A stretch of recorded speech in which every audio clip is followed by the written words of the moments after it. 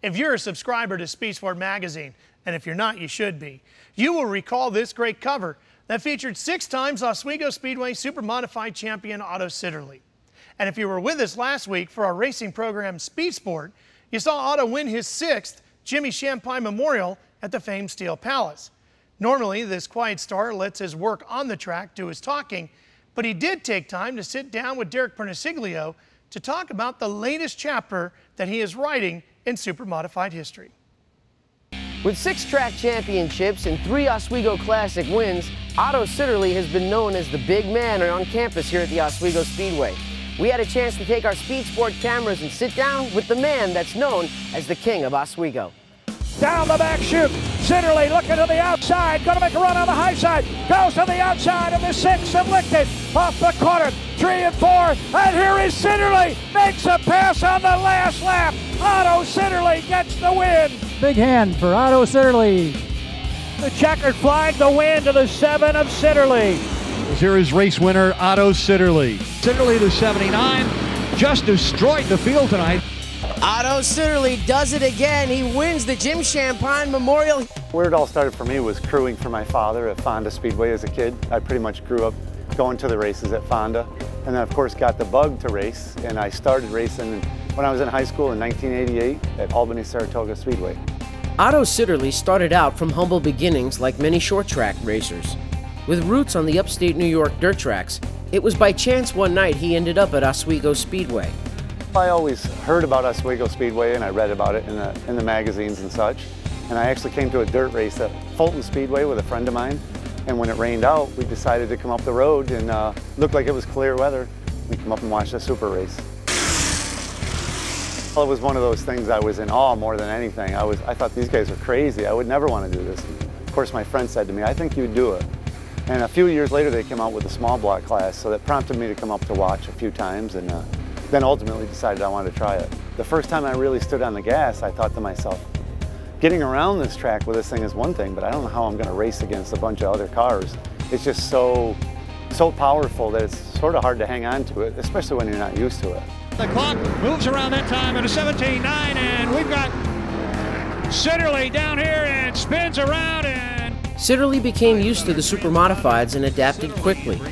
Before long, he was winning races and eventually championships. The first one was my own team, my own car, and of course it was the first one, so it meant a lot. But each of the ones with Nicotra have been pretty good. Enter John Nicotra, a bean farmer by trade who spent most of his childhood at Oswego. He wanted to form a team and was looking for a driver. Sitterly fit the bill perfectly. It's been a huge gain for me to have John with me.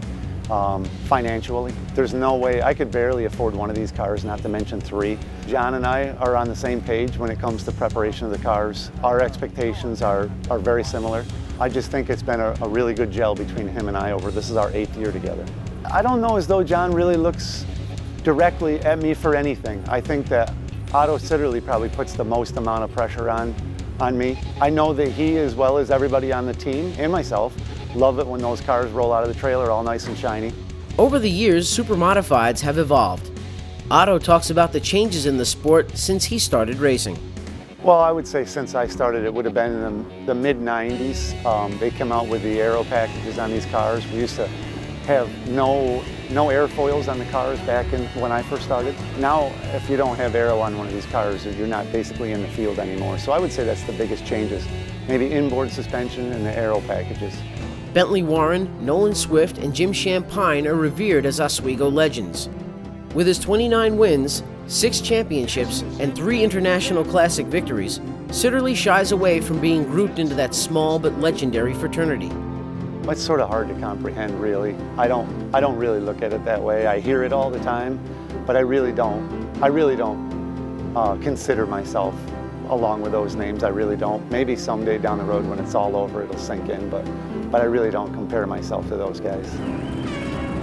The Budweiser International Classic is the Indianapolis and Daytona of super modified racing. And even with his 6 titles, Sitterly sees the Classic as the big prize each year. I would imagine it's like the more you do something, the more you get, the more you tend to want. So I mean, not that I'm greedy, but it would be nice if we could get another championship or so. And I think as much or even more it would just be really nice. It would be really nice to get another classic. Although some drivers have made it to the Brickyard from Oswego, Sitterly knows what it takes to compete at racing's top level. He's happy and he's comfortable racing at his beloved local track. The future is what it is. I mean, I'm probably just going to race super modifieds at Oswego, and I may end up partnering up with John, and we'll just keep the cars, and we'll see if we can get some drivers in them that got talent. Just keep doing this till we don't want to do it anymore. Derek Pernesiglio joins me now here on the Speed Sports set. With the win in the Jim Champagne Memorial, Otto Sitterly has now taken over the Oswego Super Modified points lead. Does he think the team is strong enough to win another title? Absolutely. They've already won 6 of them. They have 1 win so far this year in the Jim Champagne Memorial, but their consistency has been there, their top 5s, their top 10s. Every time they roll through the gate at Oswego Speedway, the rest of the competition looks at them as the mark. They are the team to beat. He mentioned in the piece that he was comfortable with the idea of just rounding out his career by racing at Oswego. Do you believe that, or is he looking at something else? I definitely believe he'll finish up his career at the Oswego Speedway, but he's been getting back to his dirt roots as well. He's been running up a lot at the dirt tracks up in upstate New York where his father raced and where he raced a lot as a kid too. So when they're not racing at Oswego, he's getting back to his dirt roots as well. All right, Derek, thanks. That was an interesting piece on Otto. Be sure to check out Speed Sport in coming weeks, as we'll be heading back to Oswego for their Midsummer Mr. Super Modified Championship. And then later this fall, you won't want to miss the annual Budweiser International Classic. We'll hit the fast orange loud pedal when we return. Race fans, whether you love dirt, asphalt, 2 wheels, or 4, you need to be Speed Sport equipped with cool t-shirts, awesome caps, and great Speed Sport swag. You can get your limited edition merchandise now. Just go to nationalspeedsportnews.com, click on the store link, and start shopping.